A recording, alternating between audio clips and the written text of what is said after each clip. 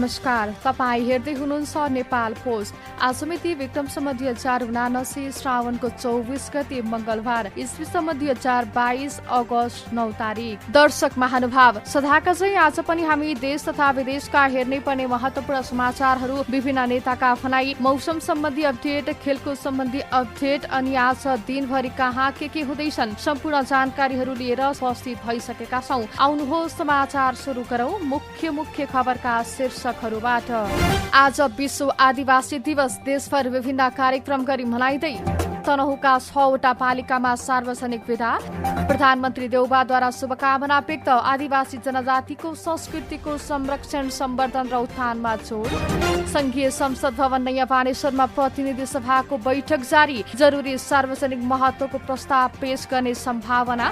प्रतिनिधि सभा र प्रदेश सभा चुनावका लागि कार्यतालिका स्वीकृत। असोज 23 गते प्रत्यक्षतर्फको उम्मेदवारी दर्ता। परराष्ट्र मन्त्री खड्का आज चीन भ्रमणमा जाँदै भोलि चिनिया समकक्षी वाङ यीसँग भेट्ने कार्यक्रम। प्याराग्लाइडिङमा उड्दै गण्डकी प्रदेशका पर्यटन मन्त्री शर्माद्वारा म्यागजिन विमोचन। प्याराग्लाइडिङ विस्थापित हुन नदिन आफूले सक्दो पहल गर्ने। सरकारले असमान रूपमा तलबमान बढाएको विरोधमा देशभरका नायब सुब्बा नासुहरू आज विदामा बस्ने। बर्ड फ्लू सम्भावित किसानलाई राहत दिने बाटो खुल्यो। क्षतिको 75% रकम पाइने। आज मंगलबारदेखि सर्वसाधारणका लागि धौलागिरी लघु वित्तको आइपीओ बिक्री खुला।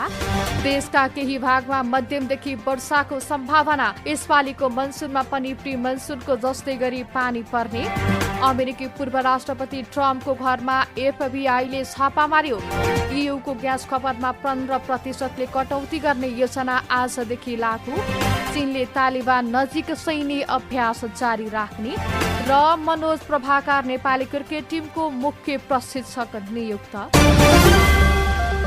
अब समाचार विस्तारमा। आज विश्व आदिवासी दिवस। हरेक वर्ष अगस्त महिनाको 9 तारिकमा यो दिवस मनाइन्छ। संयुक्त राष्ट्र संघले अगस्त 9 तारिकलाई विश्व आदिवासी दिवसको रूपमा मनाउने घोषणा गरेपछि सन् 1994 देखि यो हरेक वर्ष यो दिवस मनाउन थालिएको छ। यस वर्षको नारा आदिवासी ज्ञानको संरक्षण र पुस्तान्तरणमा आदिवासी महिलाको भूमिका तय गरिएको छ। दिवसको अवसरमा सप्ताहव्यापी कार्यक्रम भइरहेका छन्। आज नेपाल प्रज्ञा प्रतिष्ठान कमलादीमा विशेष कार्यक्रम हुँदैछ। आदि भनेको धेरै पुरानो अथवा ऐतिहासिक समयदेखि भन्ने बुझाउँछ। कुनै पनि ठाउँमा धेरै पुरानो समयदेखि बसोबास गरिरहेका र त्यस भूमिको माटोलाई खनी खोस्री गरेर आफ्नो पुस्ता धानिरहेका धेरै विशिष्ट कला कौशल र हस्तकला लगायत थुप्रै मौलिक पहिचान भएका समुदायलाई आदिवासी भनिन्छ। मानव सभ्यताको विकाससँगै बसाई सराईको क्रम सुरु भएपछि क्रमशः आप्रवासीहरूको घनत्व बढ्न गई उनीहरूको पहिचान, अस्तित्व, फरक गुण अनि रीतिरिवाजमा कमी आउन थालेको छ। यसैबीच विश्व आदिवासी दिवसका अवसरमा तनहुँका 6वटा पालिकाले सार्वजनिक विदा दिएका छन्। शुक्ला गण्डकी, भानु, ब्यास नगरपालिका सहित म्याग्दी, रिसिङ र घेरिङ गाउँपालिकाले विदा दिने निर्णय गरेका हुन्। यस्तै प्रधानमन्त्री एवं नेपाली कंग्रेसका सभापति शेरबहादुर देउवाले सरकारले आदिवासी जनजातिको हितका लागि धेरै महत्वपूर्ण काम गर्दै आएको बताउनु भएको छ। 28औं विश्व आदिवासी दिवसको अवसरमा आज सोमबार काठमाडौँमा आयोजित एक कार्यक्रममा बोल्दै प्रधानमन्त्री देउवाले संविधानमा उल्लेख भए अनुसार उनीहरूको हक, अधिकार र सुविधा दिने काममा पनि सरकार सधैँ क्रियाशील रहेको बताउनु भयो। आदिवासी जनजातिको पहिचान गर्ने र उनीहरूको भाषा, कला, संस्कृतिको संरक्षण र सम्वर्धन गर्नका लागि आफू नेतृत्वको विगतमा बनेको सरकारले नै आदिवासी जनजाति उत्थान राष्ट्रिय प्रतिष्ठान स्थापना गरेको उहाँले स्मरण गर्नुभयो। देउवाले आदिवासी जनजातिको उत्थान नभई देशलाई समृद्ध बनाउने सपना यथार्थमा परिणत नहुने कुरालाई आत्मसात गर्दै अघि बढ्नुपर्नेमा जोड दिनुभयो। प्रतिनिधि सभाको बैठक आज मंगलबार बिहान 11 बजेदेखि संघीय संसद भवन नयाँ बानेश्वरमा जारी छ। आजको बैठकमा चुनावमा महिलाहरूको उम्मेदवारी बढाउने बारे जरुरी सार्वजनिक महत्वको प्रस्ताव पेश गर्ने सम्भावना रहेको छ। दोस्रो जनआन्दोलन 2062-63 ले स्थापित गरेको समावेशी समानुपातिक सहभागिताको विषयलाई संविधानले स्वीकार गरेको परिवेशमा महिलाको उल्लेखनीय सहभागिता नभएकाले आगामी निर्वाचनमा प्रदेश सभा र संघीय संसदको निर्वाचनमा महिलाको समानुपातिक समानुपातिक सहभागिता गराउन आवश्यक भएको भन्दै आजको बैठकमा जरुरी सार्वजनिक महत्वको विषयमाथि विभागीय मन्त्रीको ध्यानाकर्षण गराउने सम्भावित कार्यसूची रहेको छ। यसैगरी सभामुख अग्निप्रसाद सापकोटाले राष्ट्रपतिको कार्यालयबाट प्राप्त मन्त्री परिषदको गठन सम्बन्धी पत्रको बेहोरा पढेर सुनाउने, प्रतिनिधि सभा नियमावली बमोजिम गठित विभिन्न समितिहरूमा सदस्यहरूको नाम हेरफेर गर्ने कार्यसूची रहेको छ। यस्तै बेपत्ता पारिएका व्यक्तिको छानबिन, सत्य निरूपण तथा मेलमिलाप आयोग ऐन 2071 को दफा 42 बमोजिम बाधा अडचन फुकाउ आदेश सदनमा पेश गर्ने सम्भावित कार्यसूची रहेको छ। आगामी मंसिर 4 गते हुने प्रतिनिधि सभा र प्रदेश सभा सदस्य चुनावका लागि कार्यतालिका स्वीकृत भएको छ। निर्वाचन आयोगले तय गरेको कार्यतालिका अनुसार आउँदो असोज 23 गते प्रत्यक्षतर्फको उम्मेद्वार दर्ता हुने भएको छ। उम्मेद्वारको अन्तिम नामावली असोज 26 गते प्रकाशन गरी 28 गतेदेखि मतपत्र छपाई शुरू गरिनेछ। मतपत्र जनक शिक्षा सामग्री केन्द्रले छाप्नेछ। जनक शिक्षा सामग्री केन्द्रले प्रत्यक्षतर्फको मतपत्र छाप्न झण्डै 1 महिना लाग्ने जनाएको छ। यस्तै असोज 11 गते निर्वाचन अधिकृत नियुक्त 21 गते कार्यालय स्थापना गर्ने कार्यतालिका रहेको छ। प्रत्यक्षतर्फ 165 प्रतिनिधि सभा तथा 330 प्रदेश सभा सदस्य पदका लागि 77 जिल्लामा मुख्य निर्वाचन अधिकृतको कार्यालय र 88 ठाउँमा निर्वाचन अधिकृतको कार्यालय स्थापना हुनेछ। असोज 28 गतेदेखि मंसिर 1 गतेसम्म मतदाता शिक्षा, मतदान सामग्री ढुवानी, मतदान अधिकृत र सहायक मतदान अधिकृतको नियुक्ति, मतपत्र ढुवानी, मतदान अधिकृतलाई निर्वाचन सामग्री हस्तान्तरण, उम्मेद्वार तथा राजनैतिक दलको प्रचार प्रसार अवधि तोकिएको छ। तालिका अनुसार कार्तिक 16 गते मतदान सामग्री ढुवानी र 27 गते मतपत्र ढुवानी गरिने निर्वाचन आयोगले जनाएको छ। मंसिर 4 गतेको चुनावका लागि 1 गते राति 12 बजेदेखि प्रचार प्रसारमा रोक लगाइनेछ। 4 गते बिहान 7 बजेदेखि बेलुका 5 बजेसम्म मतदान हुनेछ भने त्यही दिनदेखि नै समानुपातिक र प्रत्यक्षतर्फको मतगणना शुरू गर्ने आयोगको तयारी छ। आयोगले अहिले तय गरेका तालिकामा केही संशोधन हुन सक्ने प्रवक्ता शालिग्राम शर्मा पौड्यालले बताउनुभयो। आयोगका अनुसार समानुपातिक तर्फको निर्वाचन कार्यक्रम स्वीकृत हुने क्रममा रहेको छ। प्रमुख प्रतिपक्ष दल नेकपा एमाले प्रतिनिधि सभा र प्रदेश सभा निर्वाचन प्रयोजनका लागि आज दल दर्ता गर्ने भएको छ। मंसिर 4 मा हुने प्रतिनिधि सभा र प्रदेश सभा निर्वाचनका लागि एमाले आज दिउँसो निर्वाचन आयोगमा दल दर्ता गर्ने भएको हो। पार्टीका उपाध्यक्षहरू युवराज ग्यावाली, अष्टलक्ष्मी साके, रामबहादुर थापा, महासचिव शंकर पोखरेल, उपमहासचिव प्रदीप ग्यावाली, उपमहासचिव तथा निर्वाचन विभाग प्रमुख विष्णु रिमाल लगायतका नेता कार्यकर्ताले दिउँसो 12:30 बजे आयोग पुग्ने तयारी छ। निर्वाचन आयोगले आम निर्वाचनका लागि साउन 22 देखि 31 गते भित्र दल दर्ताका लागि आह्वान गरेको थियो। आयोगले असोज 23 गते उम्मेद्वारको मनोनयन गर्दा गर्ने गरी निर्वाचन कार्यतालिका स्वीकृत गरिसकेको छ।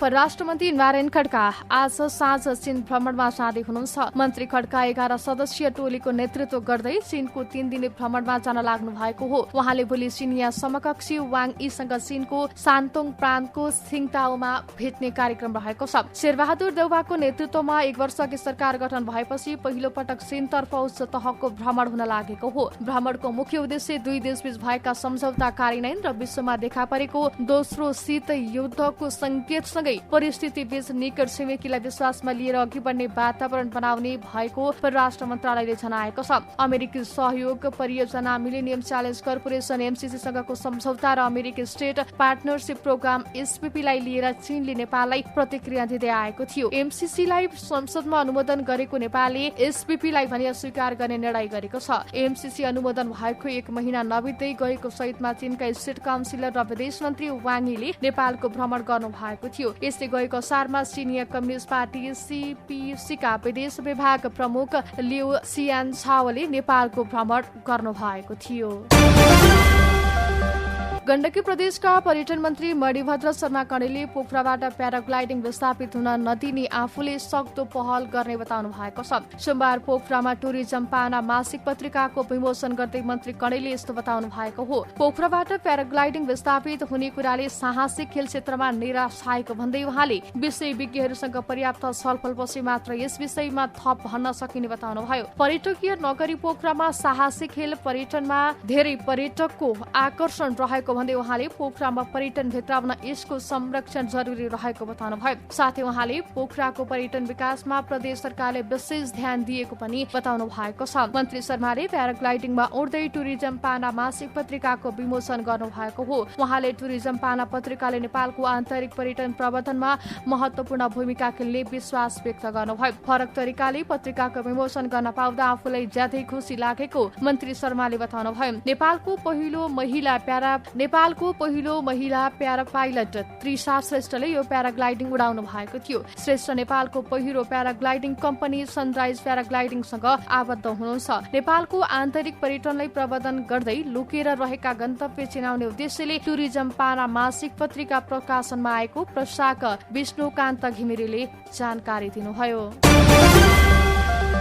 लगानी बोर्डले पश्चिम सेती र सेती नदी जलविद्युत परियोजनाको विकासको सन्दर्भमा एन लिमिटेडसँग सहमति पत्रमा प्रारम्भिक हस्ताक्षर गर्ने निर्णय गरेको छ। सोमबार सिंहदरबारमा बसेको बैठकले पश्चिम सेती र सेती नदी जलविद्युत परियोजनाको विकासको सन्दर्भमा एनएचपीसी लिमिटेडसँग सहमति पत्रमा प्रारम्भिक हस्ताक्षर गर्ने निर्णय गरेको जनाएको छ। बैठकपछि संचारकर्मीसँग बोल्दै लगानी बोर्डका सहसचिव अमृत लम्सालले माथिल्लो मर्स्याङदी 327 मेगावाट जलविद्युत परियोजनाको एमओई गरेर यसको सर्वेक्षणको काम अघि बढाउने निर्णय भएको बताउनुभयो। उहाँले माथिल्लो कर्णाली जलविद्युत परियोजनाको मन्त्री परिषदबाट भएको निर्णय अनुसार कार्यान्वयन गर्नलाई सहजीकरण गर्ने सन्दर्भमा लगानी बोर्डलाई अख्तियारी दिएको पनि जानकारी दिनुभयो। यस्तै बोर्डको बैठकले तल्लो अरुण जलविद्युत परियोजना सन्दर्भमा अध्ययन गरेर विस्तृत परियोजना प्रतिवेदनलाई स्वीकारित गरेर डीपीआर लगायतका काम गर्ने निर्णय गरेको छ। लम्सालले 2022 सेप्टेम्बर 14 मा गर्न लागिरहेको बताउँदै त्यसका लागि अवधारणा पत्र स्वीकृत गरेर कार्यक्रम गरेर अघि बढाउनका लागि लगानी बोर्डले काम थाल्ने बारेमा पनि छलफल भएको बताउनुभयो।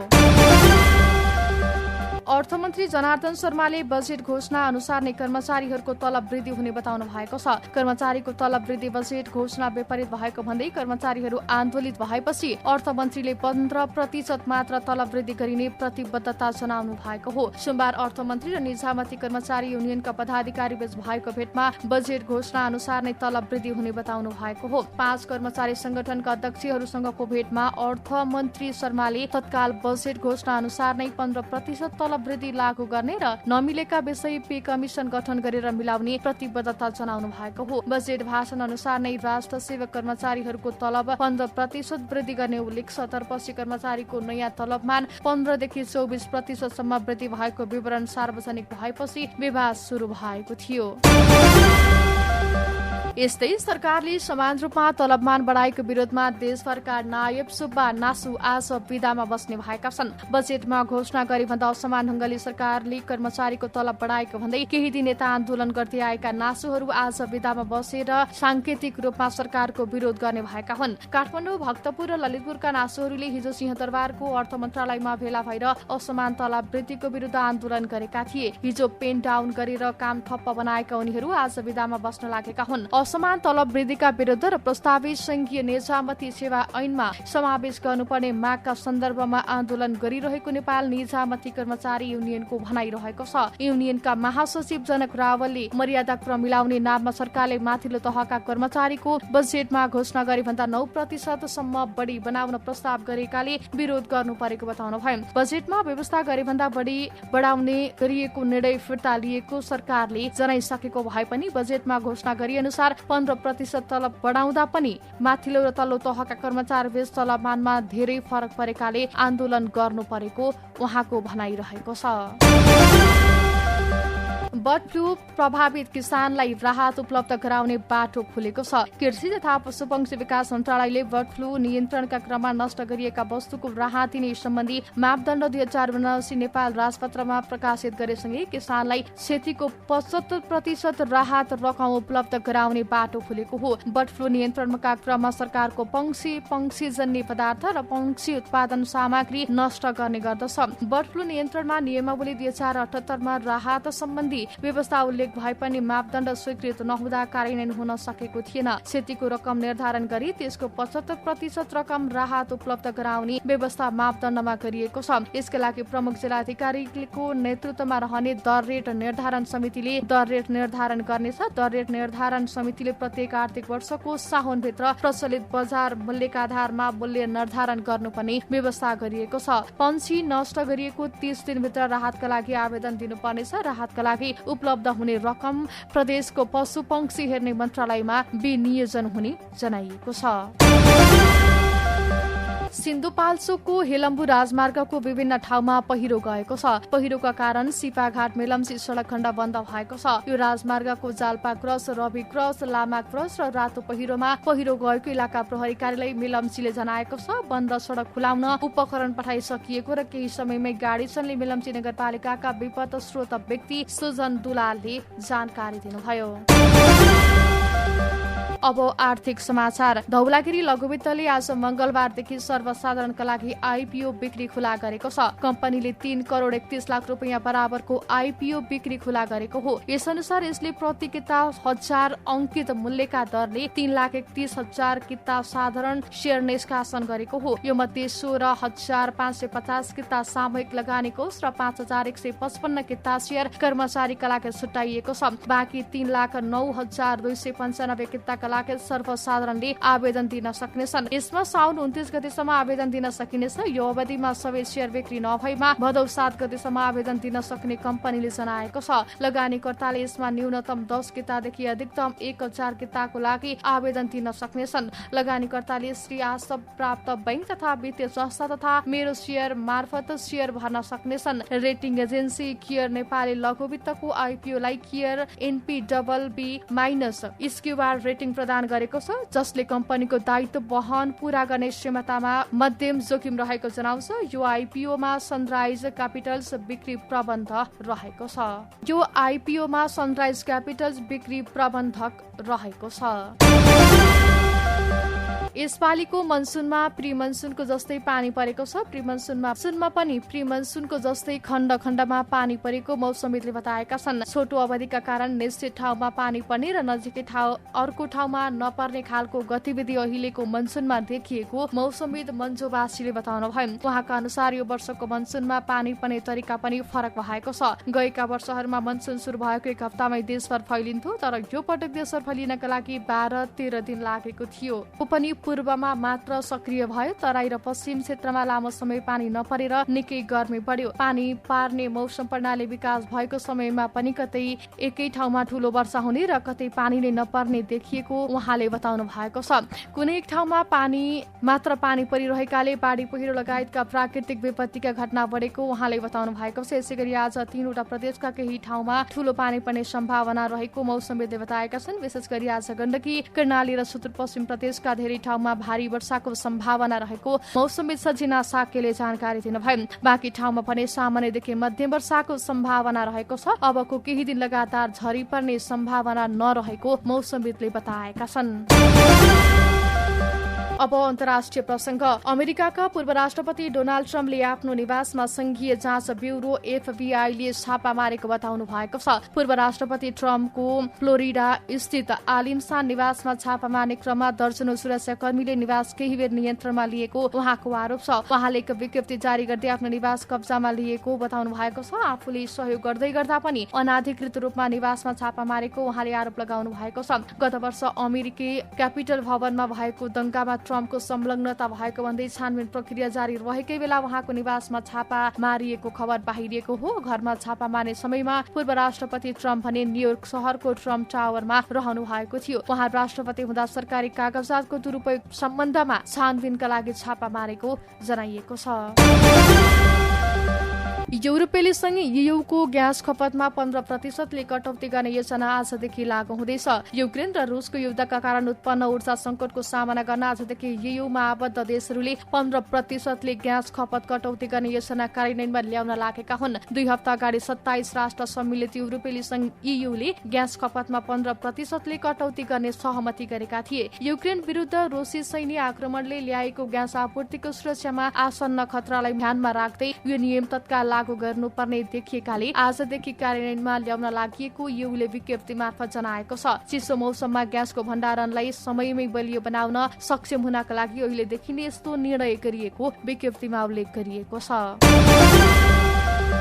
चिनिया सेनाले तालिबान नजिकै पनडुब्बी र हवाई जहाज प्रतिरोध विभिन्न किसिमका अभ्यास जारी राख्ने जनाएको छ। चिनिया जनमुक्ति सेना PLA-ले अगस्त 4 देखि 7 सम्म टापु वरपरका 6 ठाउँमा संयुक्त अभ्यास गरिरहेको बताएको छ। अमेरिकी सभामुख न्यान्सी पेलोसीको तालिबान भ्रमणबाट रिसाएको चीनले यस क्षेत्रमा विभिन्न किसिमका सैन्य अभ्यास गरिरहेको छ। पछिल्लो समय 100 भन्दा बढी चिनिया लडाकु विमान र 10 वटा युद्ध तोपले तालिबान वरपर लाइभ फायर सैन्य अभ्यास गरिरहेका छन्। यससँगै तालिबान स्टेट वरपर थुप्रै चिनिया विमान र जहाज विभिन्न किसिमका युद्ध कलाको अभ्यास जस्तो देखिने प्रदर्शनीहरू गरिरहेका छन्। केही विमानले चीन र तालिबान बीचको सीमा रेखा जस्तो प्रतीत हुने मध्यम रेखा पनि पार गरेका छन्। चीनले तालिबानलाई विदेशी सरकारसँग आफ्नो छुट्टै सम्पर्क राख्ने कुराको विरोध गरिरहेको छ, तर सभामुख पेलोसीको भ्रमणपछि भने कडा प्रतिक्रियाहरू विभिन्न तहमा सार्वजनिक गर्दै आएको छ।